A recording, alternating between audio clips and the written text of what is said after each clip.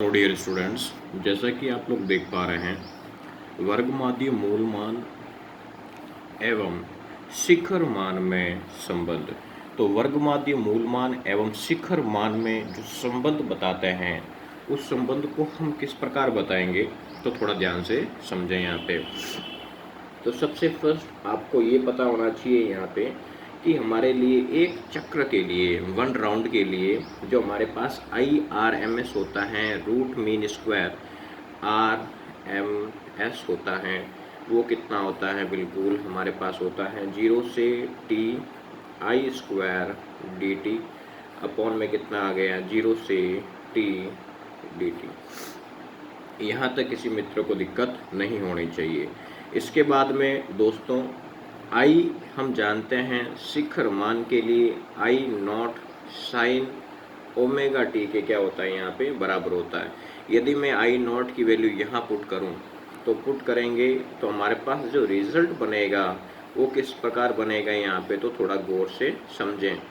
तो यहाँ पे आ जाएगा, मान लो हम यहाँ पे लिखते हैं I not sine omega T का स्क्वायर, फिर इधर कितना आएगा पीछे डी टी, और अपॉन में क्या आ गया 0 से टी, और क्या आ गया यहाँ पे डी टी। यहाँ तक किसी को दिक्कत नहीं होनी चाहिए।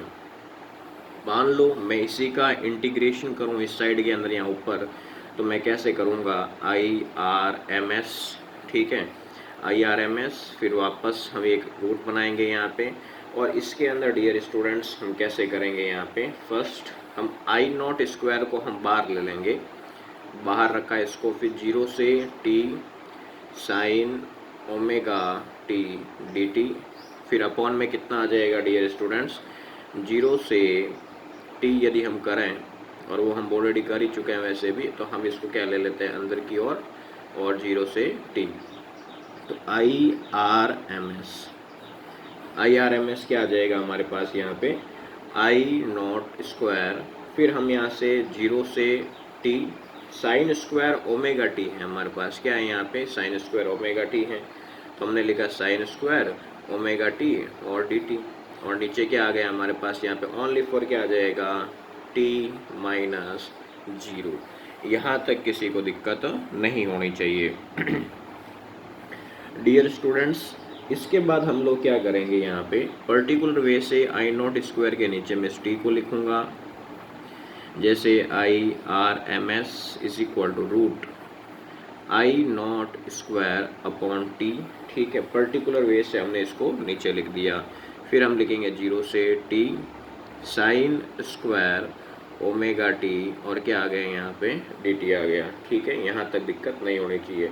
हम एक फॉर्मूला जानते हैं डियर स्टूडेंट्स, फॉर्मूला क्या होता है, cos 2 theta is equal to 1 minus 2 sine square theta. ये मान लो कि मुझे 1 इधर चाहिए, तो मैं इसको इधर लेके आऊँगा, इसको इधर, तो हम क्या करेंगे 2 साइन स्क्वायर थीटा, तो क्या आ जाएगा 1 माइनस कॉस 2 थीटा। 2 मल्टीप्लाई में है, कहाँ जाना चाहिए डिवाइड के अंदर, तो 1 माइनस कॉस 2 थीटा अपॉन में कितना आ गया 2 आ गया, ठीक है, और इस थीटा की जगह मैं क्या रखूँगा यहाँ पे ओमेगा टी रखूँगा। तो सिचुएशन कैसे बनेगी हम यहाँ पे पुट करके अभी चेक करेंगे बिल्कुल। तो हम देखेंगे I not square upon T root बनाते हुए, फिर 0 से T, इसकी जगह मैं ये पूरा लिखूँगा, cos 2 थीटा की जगह हम क्या लिखेंगे ओमेगा टी, अपॉन में कितना आ गया 2 आ गया, ठीक है, और इसको ब्रैकेट पे बंद करा, और फिर कितना लिख दिया हमने डी टी लिख दिया। यहाँ तक मेरे किसी मित्र को दिक्कत है क्या, बिल्कुल नहीं होनी चाहिए। अब इसके बाद क्या करेंगे, 2 को बाहर ले लो, आप क्या लोगे 2 को यहाँ ले लेते हैं। तो यदि मैं 2 को यहाँ लेता हूँ, तो I not square upon 2T, फिर आएगा 0 से capital T 1 minus cos 2 omega T dot D T, ठीक है।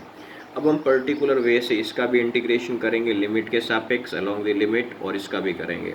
तो हम देखें तो बिल्कुल I not square upon 2T, इसका भी करें 0 से T 1 का, वो भी डी टी के सापेक्ष, फिर 0 से T, फिर हम देखेंगे यहाँ पे cos 2 omega T dot D T.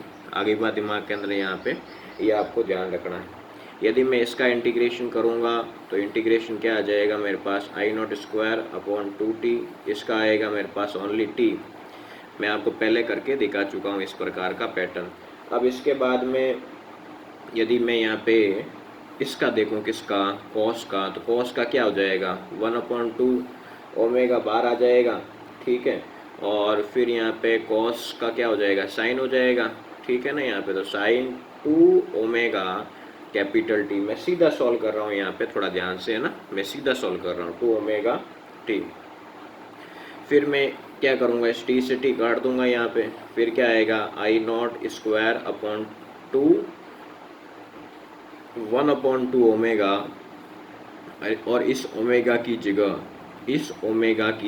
जगह मैं क्या लिखूँगा 2 pi upon capital T multiply T. ये इससे कट, तो सिचुएशन कैसी बनेगी dear students, I not square upon 2 minus 1/2 omega sine 2 का इससे मल्टीप्लाई किया, कितना आ गया साइन 4 पाई। कितना आ गया मेरे पास, साइन 4 पाई। यहाँ तक मेरे किसी मित्र को दिक्कत नहीं होनी चाहिए। जो साइन 4 पाई की जो वैल्यू होती है वो कितनी होती है, 0 होती है। कितनी होती है यहाँ पे, 0। तो हम 0 लेंगे। तो 0 लेने के बाद में हमारे पास बचा क्या, आई नॉट स्क्वायर अपॉन 2 बचा, और जो किसके बराबर है, आई आर एम एस के बराबर हैं। इतना हम जानते हैं, किसके बराबर हैं, आई आर एम एस के बराबर हैं। तो थोड़ा मैं इसको इधर ले रहा हूँ यहाँ पे। मान लो आई आर एम एस के बराबर क्या है हमारे पास यहाँ पे, root I not square upon 2। Square से रूट हट जाएगा लेकिन 2 पे तो आएगा, तो I R M S is equal to I not upon √2। यहाँ तक किसी मित्र को दिक्कत नहीं होनी चाहिए, ठीक है ना। यहाँ पे तो ये हमारा हो चुका है। और यदि हम पर्टिकुलर वे से देखें तो यहाँ पे जो ये 1/√2 आपको दिखाई दे रहा है इधर, यहाँ पे इसको हम और किसी फॉर्म में भी लिख सकते हैं, जैसे आई नॉट, और इसकी वैल्यू होती है 1.414। इसका डिवाइड करेंगे तो आई आर एम एस फिर कितना आएगा 0.707 आई नॉट। यहाँ तक मेरे किसी मित्र को दिक्कत नहीं होनी चाहिए। तो ये हमारा वर्ग माध्य, मूल मान एवं शिखर मान में जो संबंध है वो मैंने आपको बता दिया। यहाँ पे मूल माध्य इसको कहेंगे और शिखर मान इसको हम कहेंगे, ठीक है। धन्यवाद।